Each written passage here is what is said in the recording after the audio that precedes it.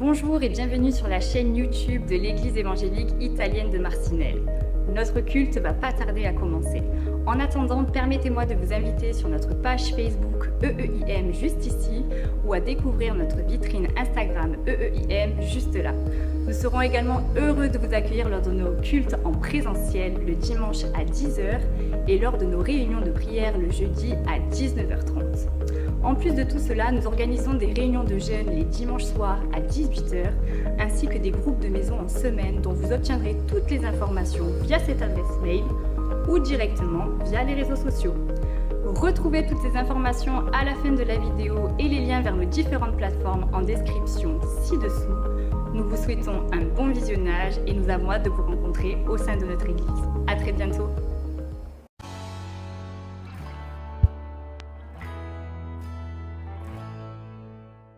Aimés par Dieu malgré nous.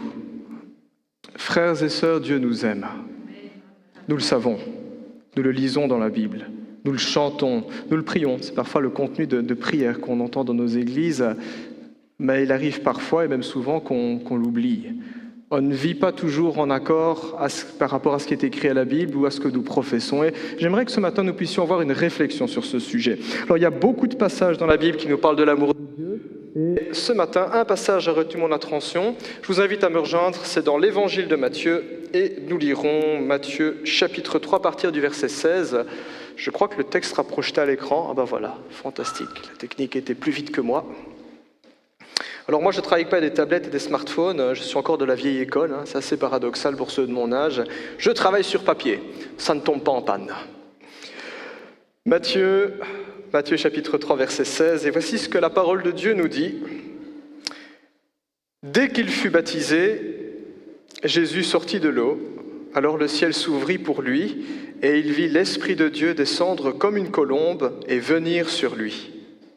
Au même instant, une voix fit entendre ces paroles du ciel. « Celui-ci est mon Fils bien-aimé, qui a toute mon approbation. » Chapitre 4. Puis Jésus fut emmené par l'Esprit dans le désert pour être tenté par le diable.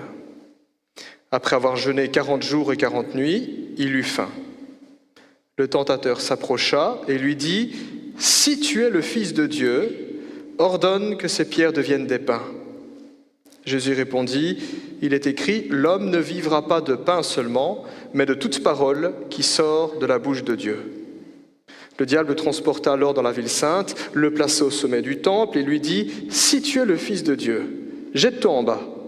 En effet, il est écrit, il donnera des ordres à ses anges à ton sujet, et ils te porteront sur les mains de peur que ton pied ne heurte une pierre. » Jésus lui dit, « Il est aussi écrit, tu ne provoqueras pas le Seigneur ton Dieu. » Le diable le transporta encore sur une montagne très élevée, lui montra tous les royaumes du monde et leur gloire. Il lui dit, « Je te donnerai tout cela si tu te prosternes pour m'adorer. » Jésus lui dit, « Retire-toi, Satan. En effet, il est écrit, c'est le Seigneur ton Dieu que tu adoreras, et c'est lui seul que tu serviras. » Alors le diable le laissa, et voici que les anges s'approchèrent de Jésus et le servirent. Amen. Jusque-là la lecture. Je vous invite à prier. Seigneur Jésus-Christ, c'est en tant que ton Église que nous nous présentons devant toi dans la prière. Alors que nous avons ouvert ta parole, nous voulons aussi t'ouvrir notre cœur. Nous voulons te demander, Seigneur, par ton esprit, de toucher notre cœur, de toucher notre esprit. Seigneur, donne-nous un cœur pour comprendre, des yeux pour voir ce que tu veux qu'on voit, des oreilles pour entendre ce que nous devons entendre. Que ton esprit ait la liberté, Seigneur, d'agir en nous.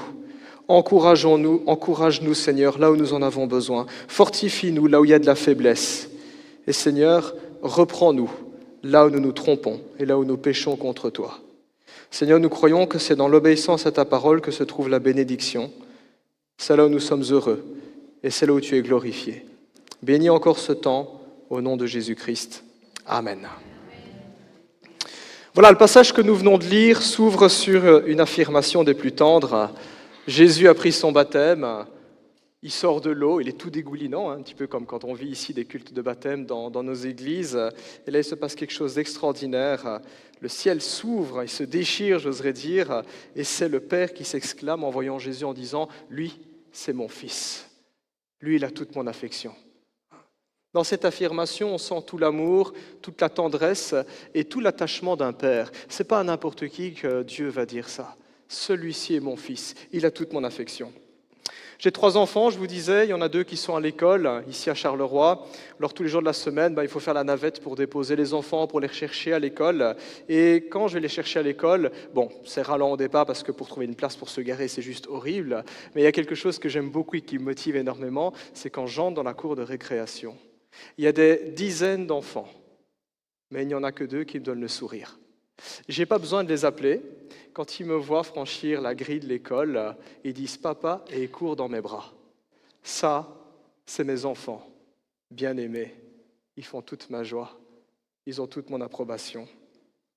Frères et sœurs, les paroles qui ont été prononcées il y a 2000 ans ici, paroles pleines de tendresse, elles sont aussi valables pour chacun d'entre nous qui croyons dans le Seigneur Jésus-Christ, qui avons foi en lui.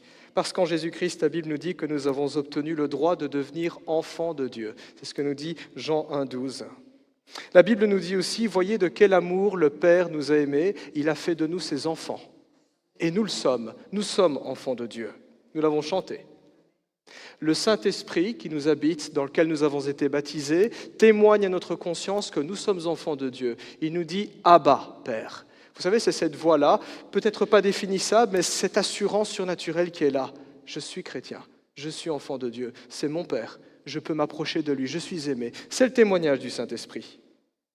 À chaque instant, quand tu te lèves, quand tu te couches, quand tu es dans ta voiture, quand tu es au travail, à chaque endroit, dimanche matin, au temple, dans ton travail quand c'est un peu compliqué, quand il faut photocopier, je sais pas moi, des syllabus, quand tu fais tes courses, en toutes circonstances, quand tu le sens, il y a des jours comme ça où on le sent, on a envie d'adorer le Seigneur, on a l'impression qu'il est tout près, et il y a des jours où on ne le sent pas du tout. On a l'impression que le ciel, c'est une chape de plomb. Chaque instant, chaque lieu, chaque circonstance, nous sommes constamment l'objet de l'affection de Dieu, de son amour, de sa tendresse. Ça ne varie pas, ça ne change pas, c'est constant. Et c'est peut-être la grande différence qu'il y a entre nous et Dieu. Nous sommes inconstants. Je sens pas, j'aime pas. Quand Dieu dit « j'aime », c'est vrai. La parole peut être reçue telle qu'elle. Ça ne bouge pas. C'est solide. Si un jour vous en doutez, si un jour vous vous sentez mal sur cette question, regardez simplement à la croix. Il vous a tant aimé. Il n'y a pas de plus grand amour que de donner sa propre vie. Quand on aime quelqu'un, on peut offrir du chocolat, des bijoux, du parfum, que sais-je, on peut donner des choses, mais le maximum qu'on puisse donner par amour, c'est sa propre vie. C'est ce que notre Dieu a fait en Jésus-Christ. Quand vous doutez de l'amour de Dieu, méditez la croix. Il vous a aimé jusque-là. Malheureusement, chers amis, je crains que nombre de personnes qui portent le nom de chrétien l'oublient parfois et l'oublient souvent. Est-ce que vous avez déjà vu un enfant qui n'est pas convaincu de l'amour de ses parents ? Ou un enfant qui n'est pas convaincu que son père l'aime ou que sa mère l'aime? C'est une chose qui est terrible. Quand l'enfant va grandir, il va développer des comportements dysfonctionnels, pathologiques. Il va commencer à se comporter pour chercher à attirer l'attention, quitte parfois à faire des bêtises ou à devenir un criminel. C'est une manière d'attirer l'attention, de se dire que j'existe, je suis présent. C'est une manière de combler ce vide qui va en grandissant au fur et à mesure de son âge, quand il se rend compte « je ne suis pas aimé », faire quelque chose. Ses motivations, la raison de ses actes, son but inavoué est d'essayer de se sentir aimé, de combler ce vide. Et il y a des chrétiens qui vivent de cette manière, leur relation avec Dieu. Vu de l'extérieur, on a l'impression que ça va. Ils sont là le dimanche matin, ils chantent, ils prient, ils lisent la Bible. Ils ont parfois un ministère dans l'Église et même parfois, ils ont de très hautes responsabilités. Extérieurement, ça a l'air d'aller, très actif même pour certains. Mais au fond d'eux, ça ne va pas. Et il faut du discernement spirituel pour le voir, connaître ces personnes que le Saint-Esprit les révèle. Au fond, ça ne va pas. Aussitôt que ces personnes n'atteignent pas leurs objectifs, aussitôt qu'elles n'ont plus le sentiment qu'elles sont soutenues par leur entourage, aussitôt qu'elles connaissent quelques revers, tout est remis en question. Leurs valeurs, leur identité, leur assurance, leur relation avec Dieu. Est-ce que j'ai encore de la valeur? Est-ce que ça se passe bien? Est-ce que Dieu continue encore à me bénir? Est-ce qu'il se préoccupe de moi? Est-ce que je n'ai pas loupé le coche? Est-ce que j'en ai pas fait assez? Tout est remis en doute. Ces chrétiens, sans s'en rendre compte, vivent comme si tout reposait sur leurs efforts. J'ai des choses à faire pour me rassurer, pour me sentir aimé. C'est une stratégie qui ne repose pas sur Christ, mais sur nos propres forces. Frères et sœurs, par ces mensonges, Satan essaye ainsi de semer le doute dans notre cœur. Et c'est ce qu'on voit dans le passage que nous venons de lire. Voyez Satan comment il est à l'œuvre. Et il ne se gêne pas. Il s'attaque non pas à un chrétien ici ou un disciple, il s'attaque à Jésus-Christ directement.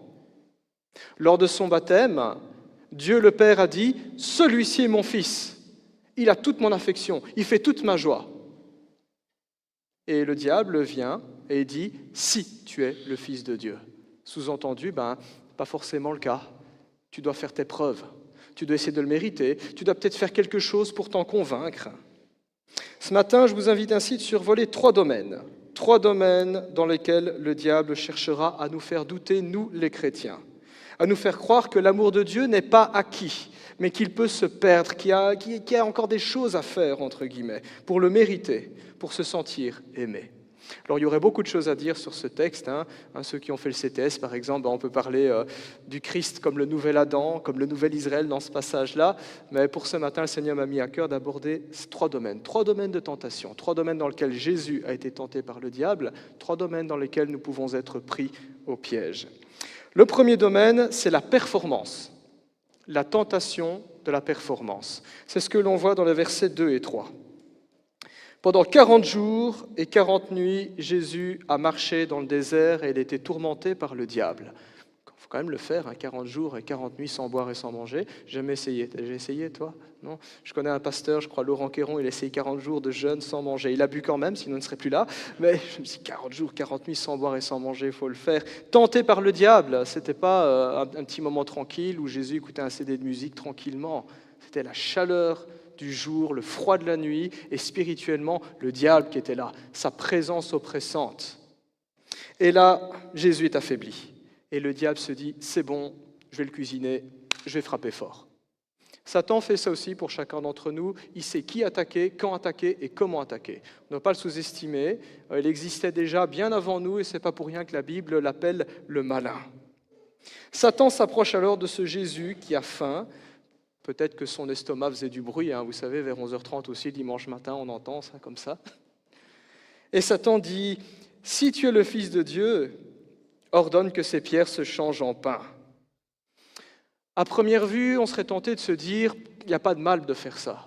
C'est un petit miracle, on ne parle pas de ressusciter un mort, là, on parle juste de changer quelques cailloux en miche de pain. Il n'y a personne qui le voit. Et puis pour le coup, c'est vrai. Ce serait bête pour Jésus-Christ, le Fils de Dieu, le Messie d'Israël, de mourir comme ça de faim dans un lieu complètement paumé, alors qu'il n'a même pas encore eu le temps de commencer à prêcher l'Évangile. Donc, ce que le diable suggère a l'air inoffensif. Mais voilà, Jésus est le Fils de Dieu. Il est le Fils de Dieu, que Satan en doute ou non. Jésus n'a absolument rien à prouver sur cette question-là. Son ministère, son identité, sa valeur, sa divinité, sa puissance, l'affection dont il est l'objet de la part du Père ne dépend pas de la vie du diable. Je veux dire par là que Jésus n'a pas besoin d'avoir l'autorisation du diable pour dire « Ah ben oui, je suis réellement le Fils de Dieu ». Il n'entre pas dans ce jeu. Satan pousse ici Jésus à la performance. Il le met au défi de prouver sa valeur par ses œuvres, par une performance à la hauteur de qui il croit être. L'idée du diable est celle-ci. Si tu refuses de faire ce miracle, si tu n'arrives pas à faire ce miracle, tu es minable. Tu ne peux pas croire que tu es le Fils de Dieu. Tu ne peux pas croire un seul instant que Dieu t'aime, que tu es quelqu'un, que tu es qui tu prétends être. Est-ce que vous aussi, frères et sœurs, vous avez déjà entendu cette voix dans votre cœur? Tu es minable si tu n'arrives pas à faire ça. Si tu échoues, tu es nul. Nous lisons dans la Bible que Dieu nous aime, nous lisons dans la Bible que nous sommes ses enfants, mais en même temps, il y a cette tentation qui est là, et c'est tout humain, et Satan joue sur cette corde, il le sait très bien. Nous avons cette drôle d'envie d'essayer quand même de faire quelque chose de spécial, pour nous rassurer, pour nous convaincre, comme si la promesse que Dieu a faite reposait sur moi, mais pas sur lui, pas sur sa parole. Et ça, c'est un piège. La performance est un mensonge qui nous fait croire que nous sommes ce que nous faisons. Je suis ce que je fais. Ainsi, si je fais beaucoup de choses, si je fais de grandes choses, attention, je serai quelqu'un, je serai aimé, je compterai pour les autres, je compterai pour Dieu aussi. Mais si je ne fais rien d'important dans ma vie ou dans le ministère ou dans l'Église ou au travail ou dans ma famille ou dans mon pays, si je ne réussis pas, si j'échoue, alors je ne suis rien. Et ça, frères et sœurs, c'est un mensonge qui nous éloigne de Jésus. C'est un mensonge qui nous éloigne de la croix. Parce que quand on regarde à la croix, il y a effectivement une performance qui est à l'œuvre, mais ce n'est pas notre performance, c'est la performance de Jésus. À la croix, Jésus a dit « tout est accompli ». Et au fond, quand on y réfléchit, si nous pouvons devenir enfants de Dieu, si nous pouvons être la joie de notre Père Céleste, si nous obtenons chaque jour son amour, ce n'est pas grâce à nos performances, c'est grâce aux performances de Jésus, il a tout accompli. Et c'est ça qui rend aussi l'amour de Dieu encore plus bouleversant. Dieu nous aime sans que nous ayons fait quoi que ce soit et sans même que nous puissions faire quoi que ce soit. J'aime beaucoup quand la Bible dit « Votre nom est écrit dans le livre de vie ». Voilà. Peut-être que ma vision n'est pas très spirituelle, mais moi je vois un restaurant, il y a déjà des réservations. Je n'ai pas réservé, je n'ai pas payé, il y a mon nom qui est là. Étonnant, j'existais même pas, j'ai même pas eu le temps de faire quoi que ce soit que Dieu m'aimait déjà. C'est un petit peu comme des parents, vous savez, bébé n'est pas encore là, on prépare déjà la chambre. Il est déjà aimé, on est prêt à l'accueillir. C'est ça que nous montre la Bible. Ce n'est pas tes performances, ce n'est pas ce que tu peux faire. Tu as déjà été aimé, tu as été choisi. Un amour bouleversant. Puisque tout repose sur Dieu, il n'y a alors rien que nous puissions faire pour mériter cet amour ou pour perdre cet amour. L'apôtre Paul écrira ceci dans Romains 8, 39, « Rien ne peut nous séparer de l'amour de Dieu manifesté en Jésus-Christ notre Seigneur. » Il va même faire une longue liste de choses qu'on pourrait faire ou qu'on pourrait subir. Il dira, serait-ce ça, serait-ce la persécution, la faim, l'angoisse, les anges, les démons, la vie, la mort, rien du tout. Si nous avons peur de ne pas en avoir fait assez pour Dieu, et je sais que parfois il y a des chrétiens qui ont peur, qui se mettent cette pression-là en disant « je dois en faire plus ». Sinon, ça ne va pas, je ne suis pas suffisamment aimé. Si c'est la peur qui nous anime, rappelons-nous que Jésus-Christ a fait tout ce qui est nécessaire. Nous pouvons simplement recevoir ce qu'il a fait. Il n'y a pas besoin de mettre notre touche personnelle. Ce qu'il a fait est suffisant. Si nous servons le Seigneur aujourd'hui, il y a des chrétiens dans la salle qui servent le Seigneur, qui ont un ministère aujourd'hui dans l'Église, ce n'est pas pour nous rassurer que nous le faisons, mais nous le faisons parce que nous sommes pleins d'assurance. Nous savons qu'il nous aime. Quelle joie de se savoir aimer. Quelle joie de le servir. Parce que c'est ça, servir, on le fait quand on aime.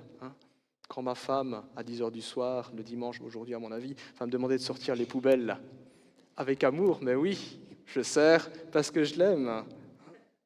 Nous servons non pas pour attirer l'attention du Seigneur, comme si on était dans une île déserte pour allumer un feu, pour attirer les avions, non, mais nous le servons parce que nous avons déjà toute son attention. Pas pour mériter son amour, mais pour lui dire que nous l'aimons tout simplement. Nous sommes aimés indépendamment de nos performances, indépendamment de nos capacités. Nous sommes aimés malgré nous, c'est le titre du message. Jésus répond alors au diable, « L'homme ne vivra pas de pain seulement, mais de toute parole qui sortira de la bouche de Dieu. » J'aime beaucoup comme Jésus-Christ trace la voie pour nous les chrétiens. Satan attaque, pas de problème, on brandit la parole de Dieu. Éphésiens 6 nous dit que c'est l'épée du Saint-Esprit. C'est avec ça qu'on charcute les mensonges du diable. Jésus cite ici la loi de Moïse, Deutéronome 8, 3, sous-entendu que notre vie ne va pas se construire sur ce que le diable dit, transforme les pierres en pain, mais sur ce que Dieu dit. Sur sa parole. C'est sur ça qu'on construit notre vie, sur ses promesses. C'est donc la première tentation, premier piège pour nous, le piège de la performance. Le deuxième, et je dirais que le deuxième piège, il est de plus en plus répandu dans nos communautés évangéliques. On est littéralement aujourd'hui en train de surfer sur ça. C'est la popularité. La tentation de la popularité. C'est ce qu'on voit au verset 5 et verset 6. Je donne dans quelques instants quelques explications. Le diable voit que la première tentative n'a pas marché. On va essayer une deuxième vague, une deuxième attaque. Il emmène Jésus dans la ville sainte, à Jérusalem. Je pense que ce n'est pas un voyage qui a duré 3 mois. Spirituellement, on peut se déplacer très vite. Là-bas, le diable dépose Jésus sur le toit du temple et lui dit « Si tu es le Fils de Dieu, jette-toi en bas. » C'est fou, hein ? Moi, j'ai le vertige, il ne faut pas me demander de grimper sur une échelle. Je n'ose même pas imaginer le toit du temple, hein, peut-être 18, 20 mètres ou quelque chose comme ça. Il ne faut pas tomber de là, ça peut faire mal. Alors certains chrétiens disent, voilà, le diable a poussé Jésus au suicide. Ce n'est pas vraiment ce qui se passe. Si le diable emmène Jésus à Jérusalem et sur le toit du temple à ce moment-là, c'est pour une raison bien précise. Et la clé ne donne pas cette raison précise. C'est en étudiant la tradition rabbinique et l'histoire à l'époque qu'on comprend pourquoi le diable va pousser Jésus à sauter du temple. Alors, quelques explications toutes simples. Il faut savoir qu'à l'époque, les Juifs, et encore aujourd'hui, les communautés juives, en plus de la loi et des prophètes, ce qu'ils appellent le Tanakh, tout l'Ancien Testament, ils ont une tradition orale très riche. C'est des bibliothèques de livres. Et ils avaient également des attentes très particulière par rapport au Messie d'Israël, par rapport au Christ. Les Juifs, à l'époque, étaient sous occupation romaine et ils pensaient que lorsque le Messie viendrait, ce serait un chef politique, un chef militaire, quelqu'un qui va chasser les Romains. Ça, c'était leur idée du Messie. Certainement pas un Messie en croix, un Messie, un grand leader politique, un général en chef. Et parmi eux, il y avait cette idée qui circulait selon laquelle, lorsque le Messie viendrait, il apparaîtrait sur le toit du temple, vous imaginez, blink, comme ça, il apparaît mystérieusement, il descend du ciel, et il se poserait sur les parvis du temple devant tout le monde, en lévitation. Spectacle grandiose, arrivée fracassante, plein feu des projecteurs sur le Messie. Ça, c'était l'idée que les Juifs avaient. Et donc, quand on comprend ce contexte, la proposition du diable prend tout son sens. Le peuple avait des attentes, des fausses attentes. Il voulait un Messie qui casse la baraque, un Messie populaire. Et Satan dit en quelque sorte à Jésus, eh bien voilà, on y est. Les attentes sont là, le peuple est là, le temple est là, le Messie est là, tu n'as plus qu'à faire un pas. Et Satan va mettre une deuxième couche. Il va citer le psaume 91, verset 11. Tu peux faire un pas, Jésus. C'est vrai qu'il y a peut-être 20 mètres de haut, mais quand même, c'est prophétique. La parole de Dieu va s'accomplir. Et la parole de Dieu dit, il enverra des anges pour te porter afin que ton pied ne heurte aucune pierre. Pas mal, Pas mal. Mes amis, ça c'est le piège de la popularité, dans lequel beaucoup de chrétiens, et même des pasteurs, et même des églises tout entières peuvent tomber. La popularité, c'est croire que je suis, c'est-à-dire mon identité, ma valeur, ma dignité. Je suis ce que les autres pensent de moi. Ma valeur, mon existence, mon statut dépendent de leur approbation. Je dois répondre à leurs attentes, je dois satisfaire à leurs attentes. L'idée du diable est celle-ci. Si ton peuple ne t'approuve pas, si ton peuple ne t'acclame pas, ne te suit pas, si tu ne rencontres pas ses attentes, alors tu ne peux pas être leur Messie, tu ne peux pas être le Fils de Dieu. Donc, fais un pas en avant, saute, si tu es le Fils de Dieu. Aujourd'hui, à l'heure des médias, à l'heure des réseaux sociaux, à l'heure où tout le monde cherche à faire le buzz, même les églises, on ne va pas se voiler la face.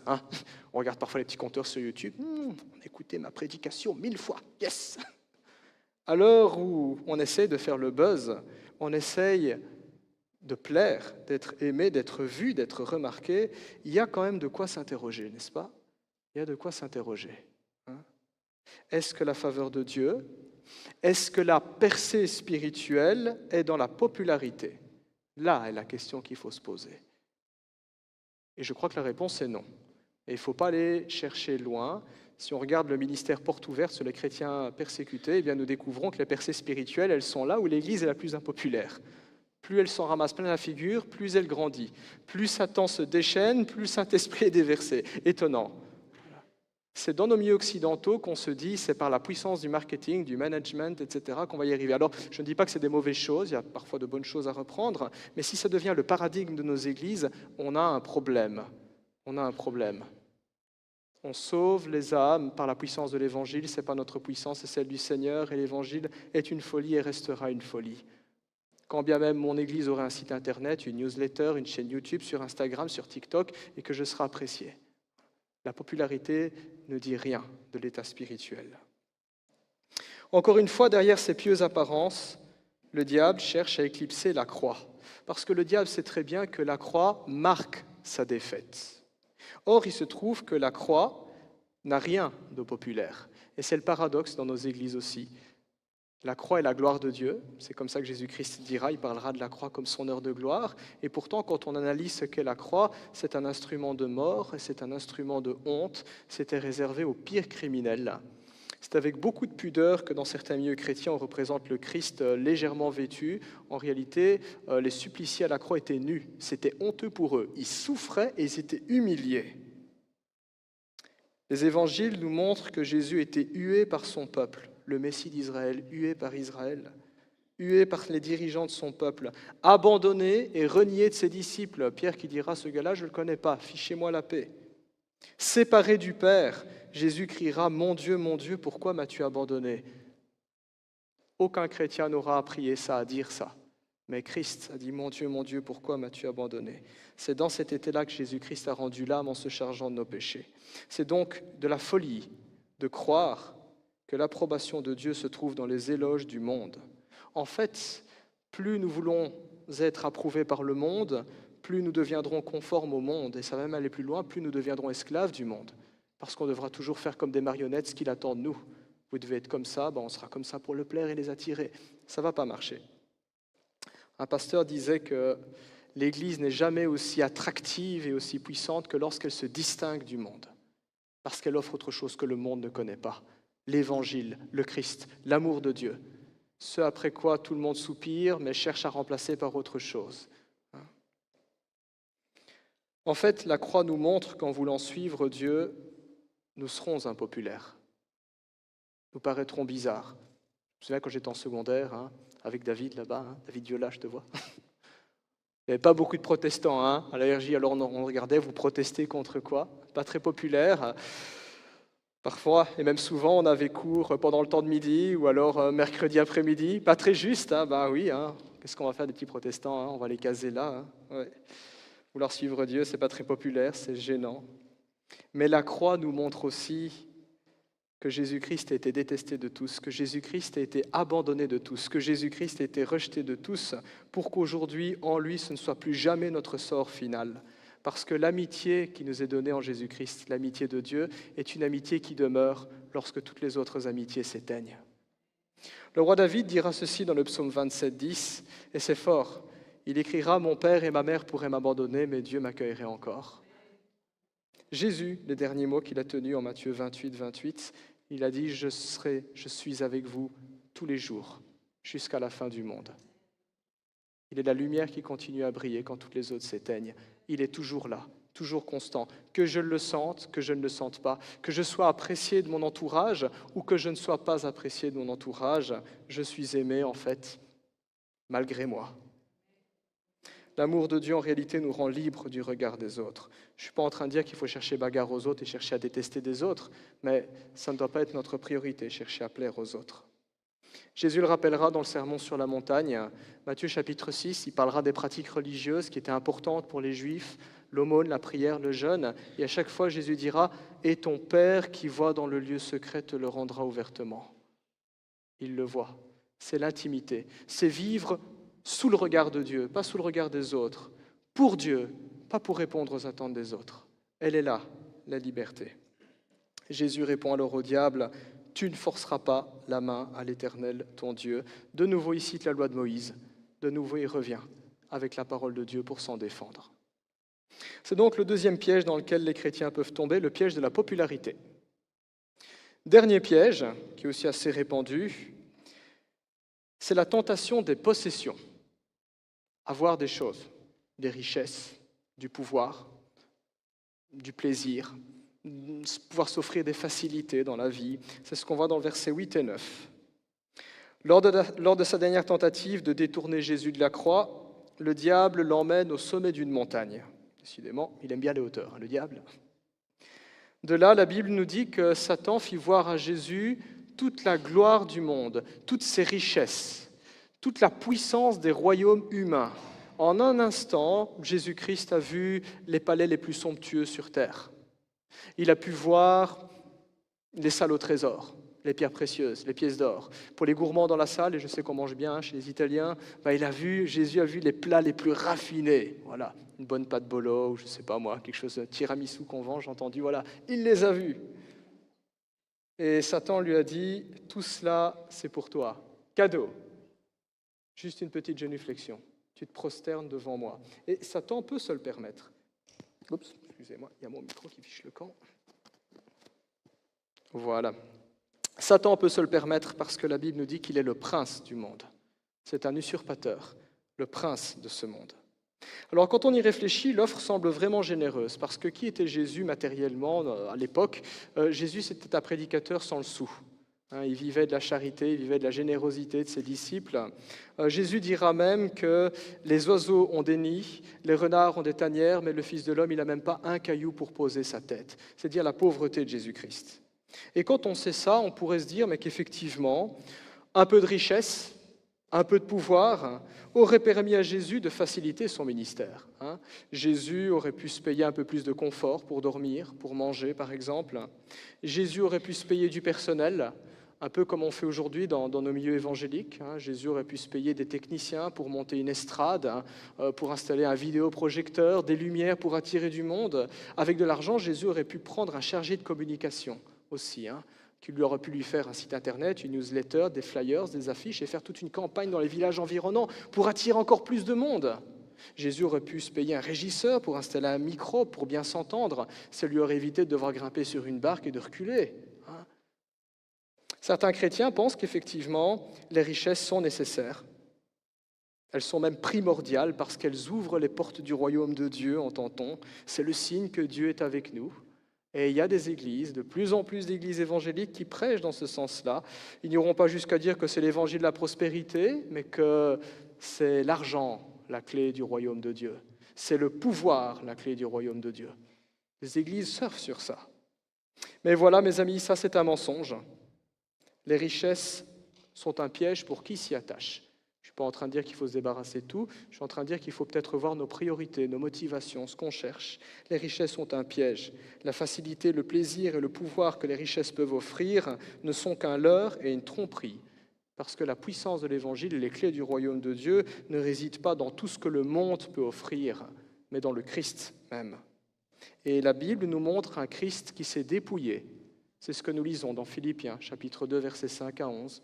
L'Écriture nous dit que lui, qui était de condition divine, n'a pas regardé sa divinité comme un butin à préserver, mais il s'est dépouillé, prenant la forme de serviteur, se rendant obéissant jusqu'à la mort sur la croix. Ça, c'est l'exemple que le Christ nous laisse. Le Fils de Dieu n'a pas besoin de se rabaisser à de tels artifices pour convaincre ou pour se convaincre qu'il est bien le roi des rois. Dans ce passage, il y a une ironie. Le prince du monde fait offrir le monde, Satan, mais il oublie que le ciel est le trône de Dieu et que le monde est son marchepied. Qu'est-ce qu'il va offrir à Dieu ? Franchement, c'est lui qui l'a créé, c'est lui qui en dispose comme bon lui semble. Les richesses nous font croire que nous sommes ce que nous possédons, que nous sommes ce que nous avons dans le compte en banque, dans le portefeuille, dans la poche, à la maison. Avoir plus de biens, avoir un réseau influent, pouvoir s'offrir des facilités, signifie pour certaines personnes que nous sommes bénis par Dieu, plus bénis que les autres, que nous sommes aimés, que nous sommes importants à ses yeux. Sous-entendu que si je n'avais pas tout ça, je me sentirais moins béni, je me sentirais moins important.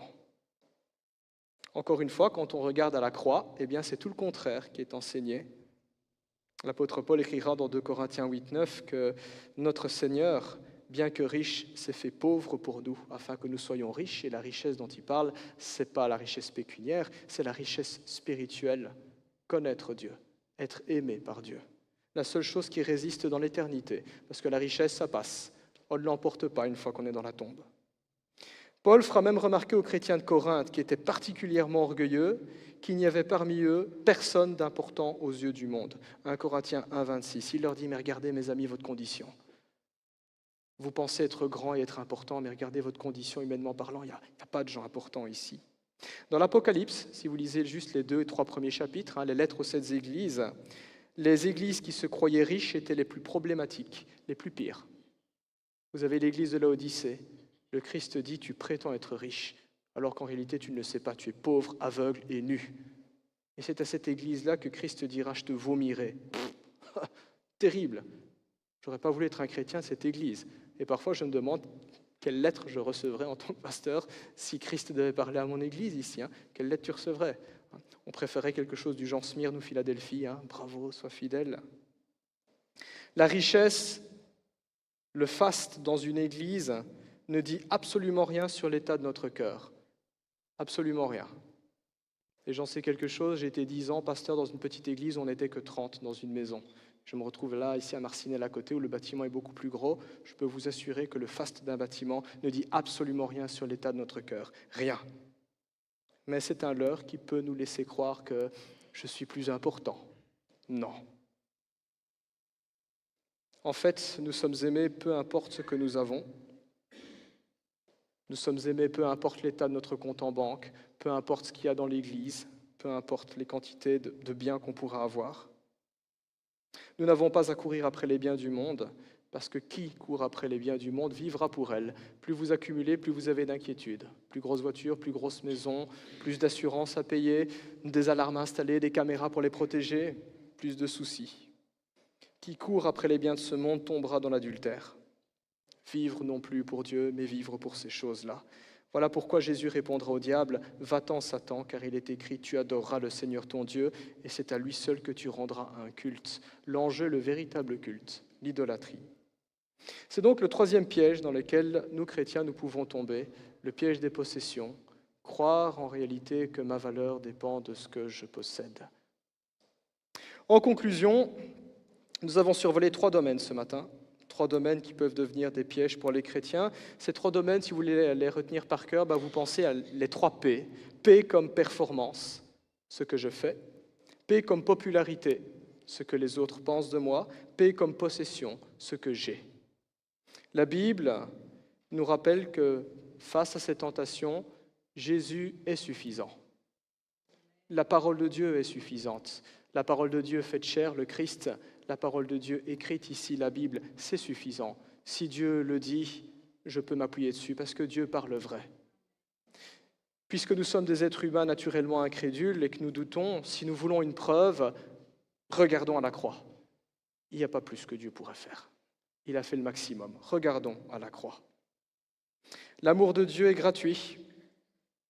L'amour de Dieu est abondant. Ce n'est pas quelques gouttes comme ça de temps en temps. Il est surabondant, son amour. Il couvre tout. Il dépasse nos attentes. C'est un amour qui est éternel. Pour ceux qui se disent, tiens, est-ce que la source, elle ne va pas tarir à un moment donné? Elle n'arrête pas de jaillir. C'est ce que Christ dira à propos du Saint-Esprit. Des fleuves d'eau vive jailliront de lui. Ça ne s'arrête pas. C'est surtout un amour qui est inconditionnel. Il est inconditionnel. Ça ne va pas dépendre de toi. Il y a un avertissement aussi, quand on réfléchit à ces questions de tentation, aux tentations du Christ, à nos propres tentations, il y a un avertissement pour nous chrétiens, restons humbles. Restons humbles.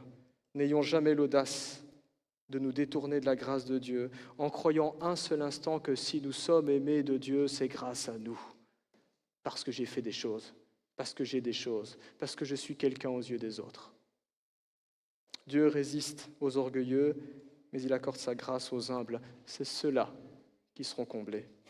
Que le Seigneur nous garde ainsi près de sa croix. Amen. Je vous invite à prier.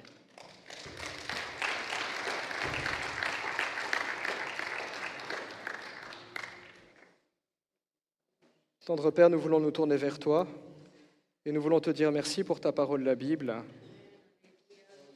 Nous te demandons pardon parce que souvent nous sommes oublieux et nous sommes incrédules. Nous sommes faibles, nous sommes humains simplement. Mais quand nous regardons à Christ, nous prenons conscience du grand amour dont nous avons été aimés. Nous te disons merci Seigneur, parce que cet amour ne tarit pas et ne change pas. Nous te disons merci pour le Saint-Esprit dont tu nous as oints. Nous te remercions parce que tu ne nous laisses pas livrer à nos propres forces, Seigneur. Parce que ton amour est débordant, parce que tu nous combles. Seigneur, garde-nous de tomber dans ces pièges. Donne-nous, s'il te plaît, du discernement. Alors que nous avons entendu ta parole, nous prions pour que celle-ci fasse son œuvre dans notre cœur. Montre-nous là où nous nous sommes trompés. Seigneur, rassure-nous là où nous avons oublié. Que ton amour puisse nous toucher, pas simplement intellectuellement, mais par la puissance de ton esprit, par ta puissance, par ta douceur, par ta sagesse. Seigneur, nous te prions aussi de fortifier toutes les personnes dans la salle, là où il y aurait de la faiblesse, là où il y aurait de la souffrance. Le fait de savoir que tu nous aimes inconditionnellement est la plus grande consolation que nous pourrions avoir. Et cette consolation nous est donnée aussi par ton esprit. Que ton œuvre ainsi s'accomplisse dans notre cœur, que tu sanctifies ton Église, que tu mettes en nous, Seigneur Dieu, les bonnes motivations pour te servir. Au nom de Jésus. Amen. Alléluia. Merci au pasteur Yves. Je vais demander de rester ici, Yves. J'aimerais vraiment qu'on puisse prendre un temps de prière, chers amis. Vraiment, franchement, c'était une parole percutante. Je pense que chacun de nous, on peut en tirer vraiment de leçons.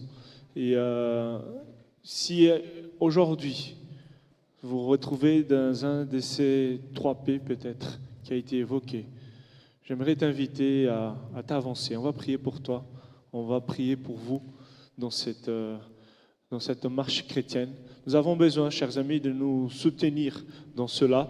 J'aimerais vraiment, alors que l'équipe de louange va nous conduire en louange, qu'on puisse prendre un temps de prière ensemble. Un temps où on va vraiment s'abandonner dans la présence de Dieu. Il dit, Seigneur, c'est là, pardonne-moi, je reviens. Seigneur, c'est ici que je suis tombé. Mais je veux te glorifier dans ma vie. Si tel est vraiment aujourd'hui ton désir, ton souhait, je ne sais pas avec quoi tu luttes aujourd'hui, dans quel domaine, peu importe, même peut-être des domaines qui n'ont pas été cités aujourd'hui. Mais je t'invite à t'avancer. J'aimerais prier pour toi. Alors, le pasteur Yves priera aussi pour chacun de vous aussi également, mais qu'on puisse se soutenir mutuellement. Amen. Gloire à Dieu. Chantons ensemble. Si vous sentez dans le cœur de venir, de vous avancer, nous allons prier ensemble. Gloire à toi, Seigneur. Merci.